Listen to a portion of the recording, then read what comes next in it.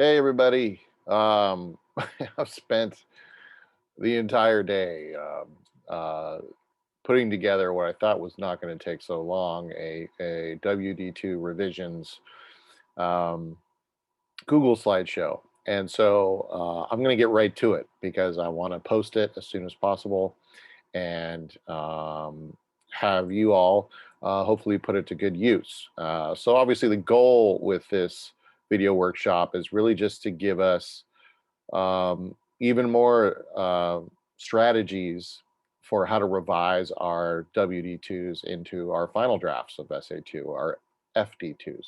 So without further ado, I'm going to get right to the presentation because it's essentially a crash course through all the major structures, and I hope that um, it will give you a little bit of insight as to how to interpret the feedback, not only in terms of what you can do to strengthen your argumentative analysis of your documentary, but also just give you a little bit of insight as to how to interpret the feedback, both from your peers and from myself on your WD2 drafts.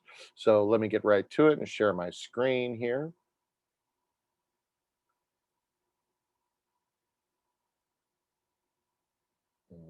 Mhm. Okay, let me bring up the actual slideshow, go into present mode. Okay, turn on the captions. Let's see, I think the captions should appear now. Sorry, one second. Let me use my microphone. Okay, there we go. All right, so as I said, this video workshop will be focusing in on WD2 revisions. What are the things that we can do to improve and develop the work that we've already done, since the start of the second module, but also in terms of our specific workshop drafts and how do we interpret the feedback that we have. This first slide is really going to be kind of a checklist. So I didn't design it in a checklist format, but you might be good to sort of write these things down for yourself because I think it'll help you sort of integrate them anyway. It's one of the things that I think is a lost art of a lot of classes nowadays is when we're typing into our computers, I feel like it tends not to run through our brain as much. Um, so maybe writing these different things down would be useful for you, but I am going to put them in a kind of bullet point format. So I'm going to go through just sort of a list of all the things that you might want to think about as you revise your WD2s. In terms of the introduction, you want to be sure that you have a sense of context in our introduction and also about the problems related to the social issues. So we'll look at all these things in detail. We'll look at examples of these things that you see at stake in the documentary and also use research to establish that context. So whether I bring in some statistics, or whether I bring in an outside quote from an article, those are things that I want to set up in terms of context and the social issues.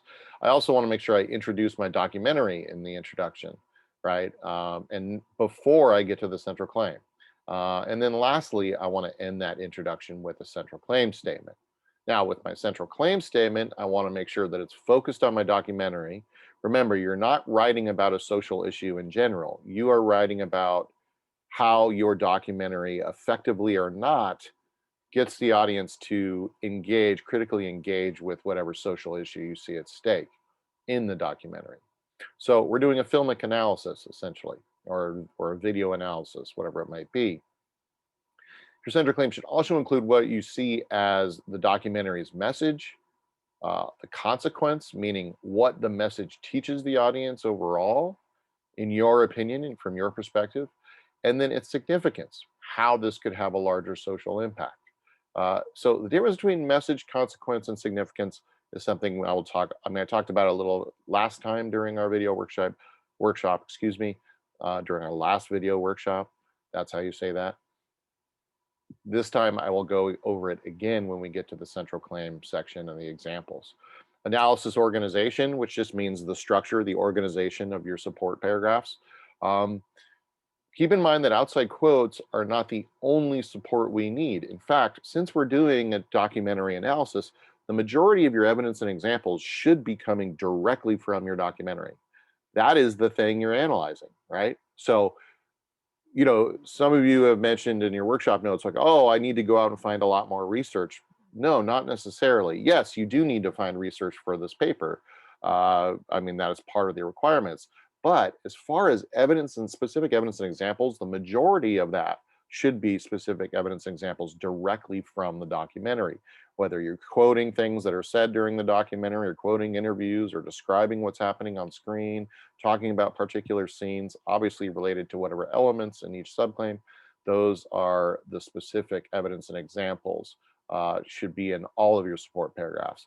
Also keep in mind a kind of general structure, and we'll look at this again for each of your support paragraphs, that we go from a subclaim to evidence and examples to analysis of those evidence and examples to bringing in an outside quote, not required in all analysis paragraphs, but you would want to do it after you do a little bit of analysis. So you do that usually, bringing in an outside quote later in the paragraph, usually. And then at the end of each of my support paragraphs, I want to connect back to the larger central claim. The other thing is with subclaims. Um, Obviously, part of each of our analysis paragraphs, as I just stated, all of our analysis paragraphs should begin with a subclaim that connects an element, which is a specific aspect of your documentary. Um, and connect that element to an analytical point. And each analytical point should have a sense of effect, how we feel that element affects the audience, and a sense of consequence, what specific meaning that element has. Okay. So this consequence is different from the overall consequence in the central claim. The overall consequence in the central claim is what you feel the message of the documentary teaches the audience overall. The consequence in the subclaim is about what you specific meaning you feel the element has. So I will talk about the difference between effect and consequence in the case of subclaims when we get to that specific part of the video workshop as well. Finally, conclusions. We haven't talked about those at all. Obviously, we have the worksheet on introductions and conclusions. I recommend you look at all of those worksheets to help you along the way with your revisions. But a basic or core structure of a conclusion should be to reiterate your central claim or argument. You start with that. So it's sort of different from the introduction, obviously. The introduction, we're ending with our central claim. Our conclusion, we begin not just with a copy and paste version of our central claim, but with a restating of the central claim, bringing back the key words, key ideas. Then we also want to bring back some of that context from the introduction, and then also develop, really sort of zoom the camera out and develop the larger sort of significance that we set up in our central claim. So this is a kind of checklist of things that you can kind of make for yourself, and sort of, there's also a reverse outline on in course documents in Canvas. The reverse outline covers a lot of these things, and that's something you can use. It also has a kind of checklist to it, a checklist vibe, an outline vibe to it. So that might be a useful worksheet you can use as well. Okay, so let's get to some of these specific structures and some specific examples. Overall, I just want to sort of refresh our memory about how the overall structure of the essay should be. So we're going to have an introduction that's going to introduce the focus of the paper, which is the documentary, connect to some sort of issue or a couple of issues, and then set up a sense of context. It'll also end with a central claim, and that central claim will have a sense of message, position, consequence, significance. Then I'm going to have probably at least 3 subclaim driven analysis paragraphs. And maybe a counter argument paragraph if I have one, if I'm interested in doing that. But I should probably have at least 3 subclaim driven analysis paragraphs. And then of course I'm going to end my essay with a conclusion. The conclusion should have a restatement of the central claim, and then a sense of context, and then really opening up the larger significance of the central claim. So with introductions, let's start there. Uh, so the role of the introduction is to establish the focus and social issues of your essay, as well as the context of our society in relation to those issues, so the relevance and significance of your analysis and argument are clear for your reader, right? So the focus is whatever you're analyzing. So in this case, the focus is obviously the documentary. The issues are the social issues that you're using as a kind of lens as the basis of your argument. And then the context is the social circumstances you see related to that social issue that give us a sense of how, in this case, your documentary is touching upon something that's important to us all. Remember when we talked about social issues, I believe in our first video workshop, maybe it was our last one, of this module. We talked about how social issues, what are the key aspects, if we were to define them, is that they are problems that affect a big part of society or the majority of society. That's not a sort of personal problem only. It's a problem that affects a big part of the society. And so those social issues have that kind of relevance and significance. So that way, your documentary isn't just about your personal viewing, but you're making an argument about how your interpretation of the documentary has or should have importance or significance or relevance for our society. Okay, so let's just take a look at some introductions and then we'll take a look at central claims. So, core structures of an introduction, I want to think about the focus, meaning the documentary film. I also want to make sure I connect it to some sort of sense of social issues or issue. And then I also want to set up context around that social issue. And then I want to bring in a central claim statement with that message, position, consequence, significance. Okay, so here is a workshop draft introduction. So it still needs work, but I wanted to read through this and then identify what pieces are here. And these are things that I recommend you do with your own workshop draft introduction. And then you can sort of say, what can I bring in here? What can I build? What do I still need? So I'll read through it first and then we'll sort of diagram it out, analyze it. When thousands of Egyptians took to Tahrir Square in 2011, protesting the police brutality, electoral fraud, infringement of civil liberties, political censorship, corruption, inflation, unemployment, and low wages that were all too prevalent in the last few years of the Mubarak regime, the cataclysmic chain of events that would lead to the military assumption of power and the succession from the Muslim Brotherhood left Egypt tribalized and unstable in its preceding years. So, one thing you might even notice clarity of prose out the start is that's quite a long opening statement. We might want to shorten that, but let's go forward. The problem, however, is that Western audiences failed to understand the revolution as an important historical moment. Released 2 years into the tumultuous events of Cairo, the documentary The Square takes the audience to the streets of Cairo during the Arab Spring to tell the story of the failed Egyptian revolution through the lives of the protesters involved. So, one thing you'll see, by the way, just real quick, one thing you'll notice is that we have the focus, right? The square. When you introduce your documentary for the first time, should be in your introduction, you want to put the title of the documentary in italics, and you want to put the year of its release in parentheses, but not in italics, just like we have here. So the square is in italics. That's the title of the documentary. The year of release is 2013, so they put that in parentheses. From then on, keep the title of the documentary in italics. You don't need to put the year from then on in the paper. Okay, but one thing that's good news is that we do have a sense of the focus of the paper in this introduction. Now, the issues, what seemed to be the issue at stake? Well, we get a long list of issues that were issues in terms of Egypt under the Mubarak regime, police brutality, electoral fraud, but that's not really the issue that the paper seems to be focusing in on, and that's way too many issues anyways. But we do say the problem, however, is that Western audience failed to understand the revolution as an important historical moment. So that seems to be some sense of an issue.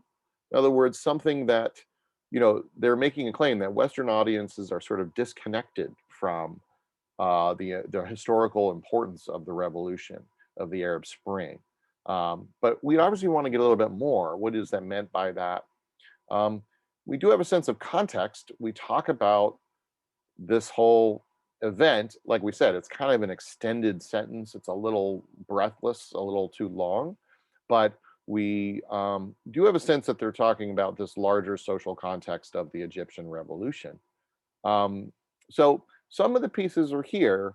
In terms of the central claim, what is the message? Well, the message tells the story of the failed Egyptian revolution through the lives of the protesters involved. It's sort of the message. I mean, that's what the documentary does. Okay. But what is the consequence of that? How does that affect the audience? We don't really see that. What is the larger significance of this? Well, it seems like it has something to do with getting Westerners to understand the revolution, maybe, but that's not really fully brought into place in this introduction in terms of the central claim. So, all around, not a bad introduction in terms of a workshop draft, but obviously the goal of workshop drafts is to build upon them. So, let's take a look at what this introduction became after quite a bit of revision. So, when thousands of Egyptians took to Tahrir Square in 2011, protesting the police brutality, electoral fraud, infringement of civil liberties, political censorship, corruption, inflation, employment, and low wages that were all too prevalent in the last few years of the Mubarak regime, the cataclysmic chain of events that would lead to the military assumption of power and succession from the Muslim Brotherhood left Egypt tribalized and unstable in its preceding years. In Western media, however, talk of the people of Egypt's historically significant revolution was reduced to detached political narratives, as the Egyptian people violently battled oppressive authoritarian powers, directly facing extreme brutality. Western coverage of the issue discussed the dangerous implication of the protesters' inexperience and insularity. These decontextualized perspectives that infected Western media at the time of the protests deepened an alienation between Western and Middle Eastern societies, developing further the lack of humanized understanding already prevalent between the two. Released 2 years into the tumultuous events of Cairo, The Square challenges the lack of humanization for the protesters in Egypt by Western media and society and confronts the parochial disaffection of its Western audience. Taking the audience to the streets of Cairo during the Arab Springs to tell the story of the failed Egyptian revolution through the lives of the protesters involved, the square effectively explores the nature of revolution, providing a view of activism that leaves the audience with an empathetic angle that transcends cultural boundaries to ultimately bridge the gap between the Arab and Western worlds. So, this was the revision. Now, we have a little bit more, or quite a bit more of a sense of first, we get an introduction to the documentary and what it's about. Further, notice that we also introduce it before we get to the central claim, and then we bring back the focus in the central claim statement itself. We also have a more full sense of what issues at stake, right? This idea of Western media, reducing things of the Egyptian revolution and the Arab Spring to detach political narratives. Um, it decontextualized perspectives that infected Western media, deepened an alienation between Western and Middle Eastern societies, developing further the lack of humanized understanding, the lack of humanization, a parochial disaffection. So we have much more of a sense of the issue at stake. Um, we also have more of a sense of context, not just in terms of the um, Egyptian revolution itself, but also in terms of Western media. We get some direct quotes from articles that were discussing the protesters as dangerous and inexperienced and insular. So we get a little bit more detailed context of where this kind of disaffected Western media shows up. So we've developed the context further as well. Then with the actual central claim, we have a much more fuller sense of the message, right? That it takes to the streets of Cairo, giving us the viewpoint of protesters involved and explores the nature of revolution. We also have a sense of the position, square effectively. So here we have much more of a clear sense of the writer's stance, their position, which is to say that they feel that the square is doing something productive.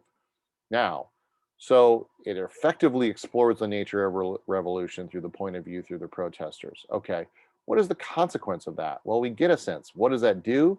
It provides a view of activism that leaves the audience with an empathetic angle that transcends cultural boundaries. Okay, now we have not only a sense of what the message is, but we have a sense of what the consequence of that message is from the writer's point of view. Then, why does that matter? What is the big takeaway, if you will? To ultimately bridge the gap between the Arab and Western worlds. Notice how the significance, addresses the social issue. The social issue, all the stuff that's highlighted in blue above, is all about how there's alienation and dehumanization, and there's this disconnection between the Western and Arab world. Here, the larger significance, they're arguing that the documentary is a really positive and powerful step towards bridging the gap between the Arab and Western worlds. So the significance of the central claim addresses the sort of problem that is set up in the context and the issues of the introduction. Okay, so let's take a look at conclusions, because the reason I want to jump to conclusions before we get to central claim is conclusions are, like I said, kind of, they're part and parcel, not part and parcel, but they're somewhat parallel to introductions. They're While the introduction is kind of where we go from social problem and then zoom in on the documentary and then zoom into the central claim, conclusion sort of works the other way. It sort of starts with the central claim, and then it starts to zoom out, addressing the issues, the larger context, and zoom out to larger society. So the issues and context are still part of the conclusion, just like they were part of the introduction, but we're also now starting with the central claim statement, and we're also developing the larger significance of the central claim more fully. Um, so that larger significance in your central claim at the end of your introduction usually doesn't come full into play until the conclusion. Um, so here we have the conclusion to the same paper. So the square effectively uses a variety of empathetic angles in order to have the audience see through cultural differences and view the process of activism and revolution through a more humanistic light. Now, one thing we should immediately recognize is that these are many of the key words of the central claim statement, right? This idea of the process of activism, empathetic angles in a more humanistic light. The process of activism and revolution, excuse me. So effectively, again, so we have that echoing, we have that kind of restatement of the central claim.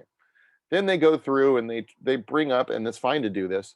They don't summarize every single thing they talked about. It's a relatively short paper, so you don't need to do that. But they did bring up some of the key things they mentioned, right? Or that they analyzed, I should say. By naming the protesters and following their journey through the revolution, the audience is able to see the protesters as individuals rather than abstract tools of revolution. And the use of handheld first-person shots throughout the film allows the audience to view the revolution as though they are one of the protesters, rather than from an external perspective. Meanwhile, the insight on how the protesters attempted to circulate their stories challenges the implicit bias against Middle Eastern politics and society. So there we have that sense of issue, that implicit bias in the West against the Middle East. We get some context about this. While Pulitzer Prize winner Mohammed al-Baradei has stated that during the revolution, the West opted to be a silent observer rather than an active supporter, the documentary's work can be seen as an opportunity to seize a moment from the past and lessen the divide between two cultures, stemming from the audience's ability to relate to and empathize with the people of Egypt, specifically the politically charged youth the country's future relies on. So now we're sort of bringing it all together, right? We're developing, remember that larger significance of the central claim was about ultimately bridging the West and the East. Here we get lessening of that divide. Um, saying the ability of the audience's ability, the Western audience's ability to relate to and empathize with the people of Egypt. Um, and it continues. In a way, the closing of the cultural gap between the Middle East and the West not only serves the purpose of allowing for a more honest view of the non-Western world, excuse me, but also acts as a reminder of optimism. While it uses horrifying footage of military and police brutality and exponentially more horrifying interviews with the leaders of the country, Square highlights the historical significance. There's that historical significance of a modern revolution, acknowledging that while it is excruciating, slow, and painful to achieve, change is still possible. So we get that real feel of the camera zooming out and the larger kind of significance of the argument in the paper. So rather than just being a summary of all your points, conclusion sort of starts with your central claim statement, brings back the issue, brings back a sense of context, and then follows through on the larger significance that was set up in the central claim statement at the start. Okay, let's move forward. And here I'll get into now central claim. And what I wanted to do is just put forward 3 central claim examples from our workshop drafts. And this is not to sort of like put anybody on the spot or call anybody out or anything like that. All of our central claims in our workshop drafts, I don't care who you are rough, right? They're limited. They are first goes at trying to write a central claim statement. So important thing to do is remind ourselves of those key pieces: message, position, or whether or not you feel it's effective, consequence, significance, right? So there's those 3 pieces.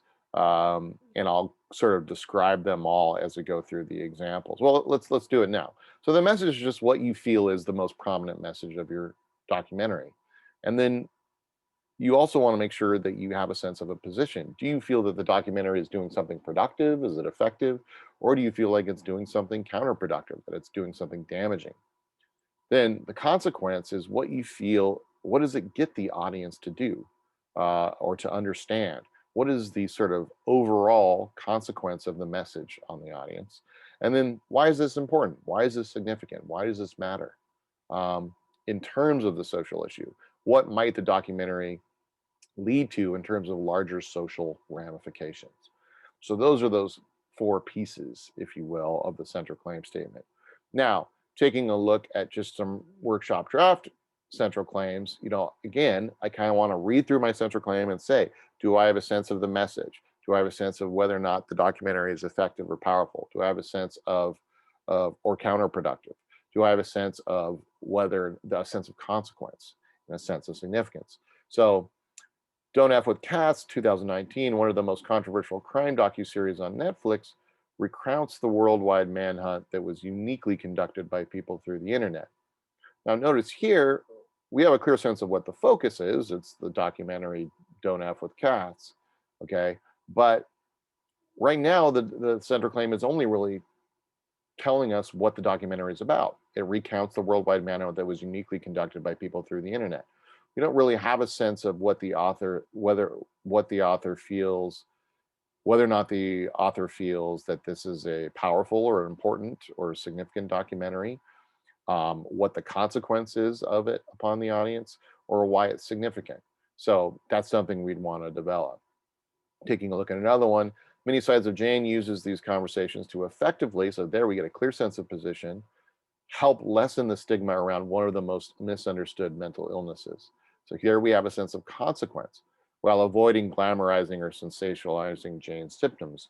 And we don't really have a sense of the larger significance, and we don't really have a sense of what is what does the author feel is the most prominent message that is leading to this lessening of the stigma. But we have some of the pieces here. We just want to start to build a little bit more sense of the message and a little bit more sense of the larger significance. Last one, the documentary Seaspiracy has gained notoriety for exposing the truths about the fishing industry. So, we have a sense of what the message is from the author's point of view, convincing the audience. So there we have a sense of position. It's obviously doing something powerful. It's doing something impactful to be more conscious about their role and impact on the ocean.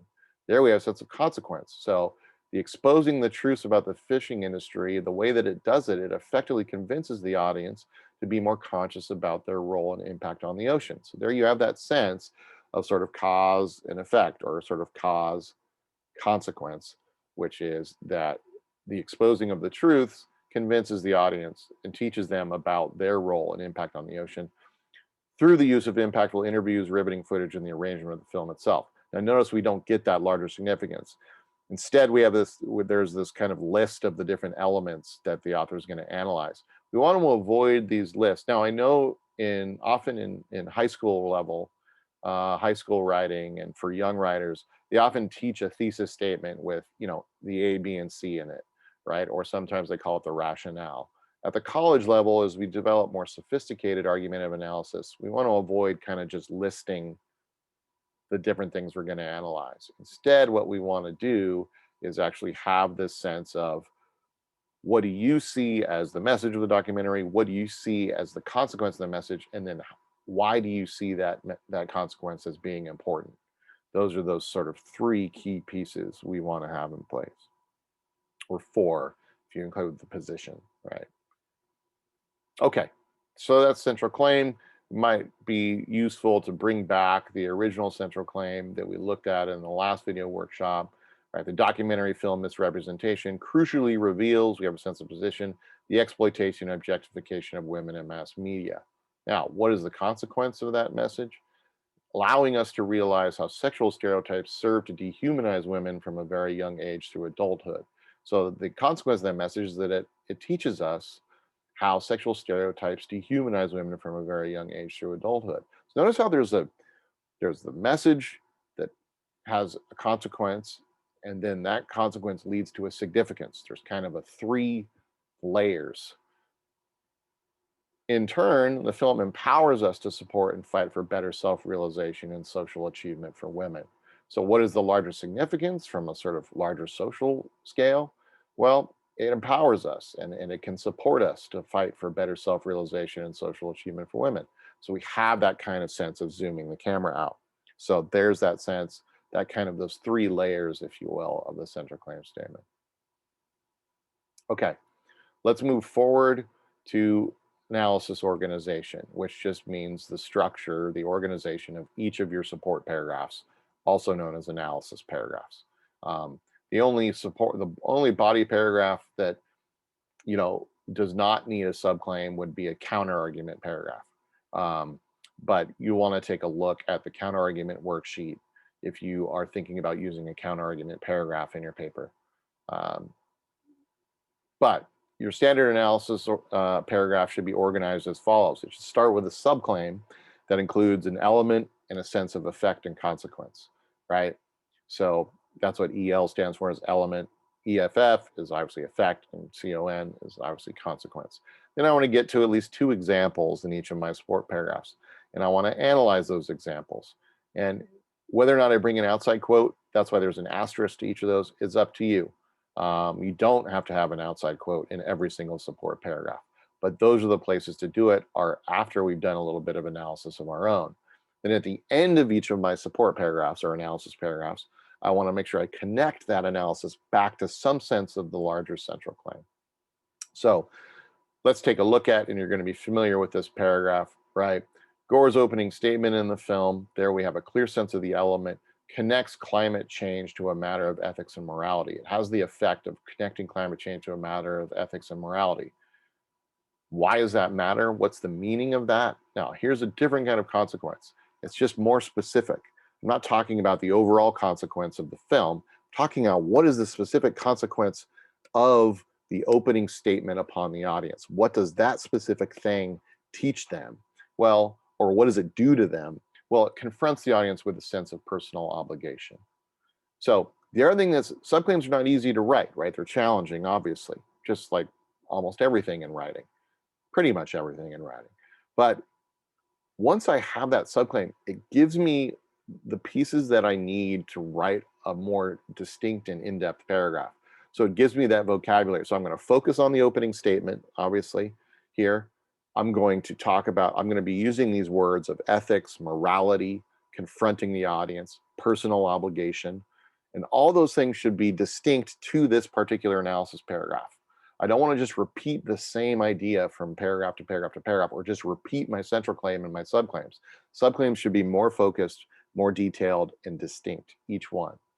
So then I'm going to get to the examples. Near the beginning of the documentary, Gore introduces the topic of climate in his own high-tech lecture format. He discusses the science, the effects, and updates to our current condition with a blend of humor and concern, saying that, quote, ultimately, this is really not a political issue so much as a moral issue. If we allow that to happen, it is deeply unethical. So there it's just giving evidence and examples directly from the opening statement. It is here, now you start to notice that they analyze, right? It is here that Gore is already connecting climate change to a sense of ethics and morality, following through on that effect, right? Analyzing the evidence. Further, then they go back to some more evidence. Further, while using a scissor lift to navigate a large digital graph of CO2 emissions over 650,000 years, he closes his opening statement in a position that contrasts his starting at center stage. He is now minuscule compared to the infographic behind him. Continues. The power of this statement. So now they analyze that, this idea that he's now this minuscule figure behind this huge infographic, whereas he started out on center stage. Power of the statement is thus greatly emphasized by the height of the CO2 line on the oversized graph, extending far above his and all of our heads, quite literally going off the charts. So there we hear the author sort of interpreting. This scene insists upon an ethical attitude, bringing back that effect that we should have regarding global warming, that rather than being indifferent about climate change, we have a personal obligation. So there's that consequence to seek the facts on climate change. Then they bring in an outside quote. As Jones says, Gore's oversized graph isn't only informative, but humanizing in the sense that we're all facing this giant problem together. Now, notice if they would have brought in that Jones outside quote earlier, Jones would have stole their thunder, right? Jones sort of makes a very similar point as they did. But the point is this is a rhetorical move, a rhetorical strategy, is you want to make the point in your own words and with your own thinking and ideas, and then bring in the outside quote after you've done that to sort of back you up. While some could argue that this is a form of guilt tripping, personal obligation actually inspires us to want to help through an understanding of protecting the planet as all of our human responsibility. So, protecting the planet, human responsibility are probably key words from the central claim statement, right? So, that way the camera sort of zooms out at the end of the analysis paragraph and connects back to the larger argument of the central claim. It doesn't need to connect back, it doesn't need to repeat the central claim at the end because that would get really repetitive, but show how the specific analysis of that paragraph relates back to the larger idea, at least one or two of those ideas. So human responsibility being a key one here. Okay, so let's take a look at subclaims. Um, Subclaims, as you might remember, again from our last video workshop, each one should have an element, which is a specific aspect of the documentary, and connect to an analytical point. And there's two parts of those analytical points: the effect and consequence of the element on the audience. So things to keep in mind: make sure that the element is specific and avoid long lists or descriptions.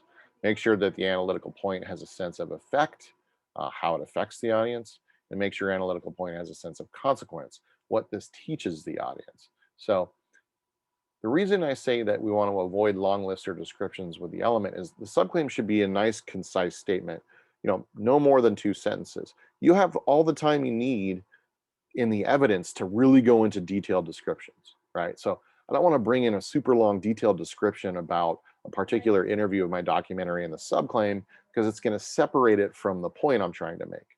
So just the way in which the central claim announces your argument to the reader in a nice, concise fashion, subclaims announce the analysis of a particular paragraph to your reader in a nice, concise fashion.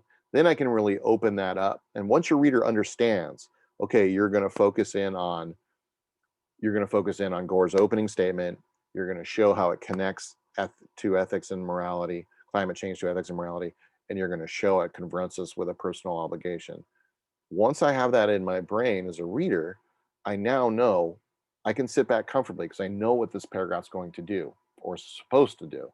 So if I'm just sort of wandering and talking about the opening statement and blah blah blah blah blah, my reader's like, what? Okay, so the opening statement, what about it? What's the big deal? Subclaim is all about grounding your reader, clarity, connecting them, structure. That's why it's an organizational thing, right? That way your reader knows what the sort of focus purpose is of each support paragraph and they can follow along and enjoy your analysis and your writing.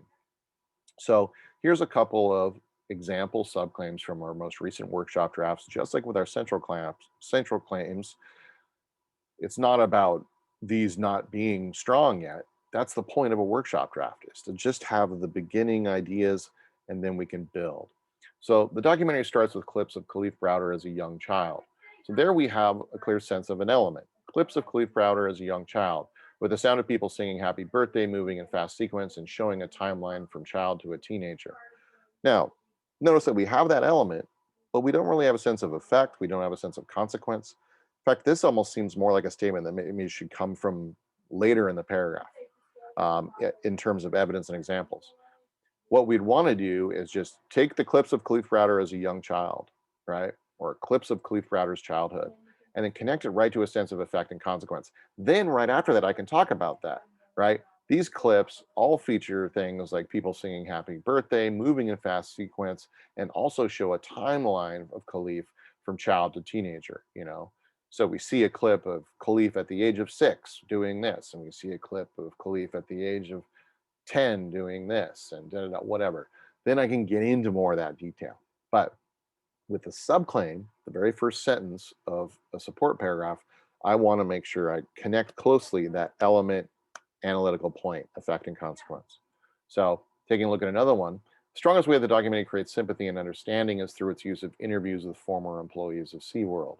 So here we have the element of SeaWorld, interviews with former employees of SeaWorld, but create sympathy and understanding is a kind of sense of effect. The one thing is, though, if we're repeating sympathy and understanding for in every subclaim, which this kind of implies it does, right? The strongest way the documentary creates sympathy and understanding, we want to make sure we have a distinct effect and a distinct consequence in each subclaim. So it avoids being repetitive. So if my third, let's say we get to the third subclaim and I'm like, the images of trainers being hurt at SeaWorld create sympathy and understanding, your reader goes like, okay, that's a little repetitive. We want to try and get being more distinct with our effect and consequence in each. Finally, one last example, the true cost features a wide variety of interviews, so there's an element throughout, and specifically features the opinion of individuals who approve of sweatshops and those who strive to deconstruct these factories. This highlights different points of view in the documentary. So notice how, again, we have kind of a lot of description of the interviews. We might want to just say the true cost features a wide variety of interviews from differing points of view that highlight different points of view, connect right to the effect. Then what is the consequence of that? So what that it highlights different points of view, right? Does this, allow the readers to, so giving viewers the opportunity to develop their own critical opinion of the actions of the fashion world, right? So let's connect it right together. True Cost features a wide variety of interviews that highlight different points of view, ultimately allowing audiences to develop their own critical opinion of the dangers of the fashion industry. Then I can step back, right? Throughout the documentary, not only do we get the opinion of individuals who approve of sweatshops, but we also get the opinions of those who strive to deconstruct these factories. One of these people who approves of sweatshops is so and so, right? During their interview, they make the comment that X, right? One of the people who strives to just deconstruct these factories is Y, right? And we get the point that they make, then I go on and get into the details there. But right now, and this is the case with pretty much every single subclaim written in a workshop draft, we want to sort of work towards having all three of these pieces. The element, yes, but then a sense of effect and a sense of consequence, and keeping it concise, keeping it tight. So we might bring back the process of building the subclaim from our last video workshop, where we had interviews are featured throughout the film. Then we made the element a little more specific, personal interviews with media scholars and celebrities. Then we brought in a sense of effect. Personal interviews with media scholars and celebrities are featured throughout the film and provide a behind the scenes perspective. Then, so what? What's the consequence of that?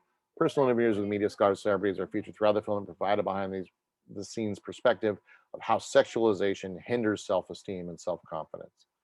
Okay, so we want to build our subclaims through making sure we have that sense of effect and consequence in the analytical point, and of course, a specific element. So just to close down, I want to bring up that kind of checklist again. Like I said, you might want to sort of put these things like intro, context, social issues, quick intro of doc, central claim. Central claim, message, consequence, significance, right? Position as well. Analysis, organization, subclaim, evidence and examples, analysis, outside quote, optional, connect back to central claim, right? Specific evidence from documentary. Subclaims, so create your own checklist to sort of help you go through your own writing and sort of fill in the things that you need or build in the things that you feel that will make your analysis and argument stronger, as well as that will help you interpret the feedback that you received on your workshop draft of SA2. All right, I'm going to stop it there because I'm already pushing up towards 45 minutes, and that was a lot. So keep up the energy, keep up the effort. I look forward to the final drafts of SA2. Obviously, we've been trucking along here in this 6-week class, and we're coming up to the end. So try and stay energized, catch that third, fourth, fifth, sixth wind. And before we know it, we'll be finished with the class. All right, until we meet again, take care.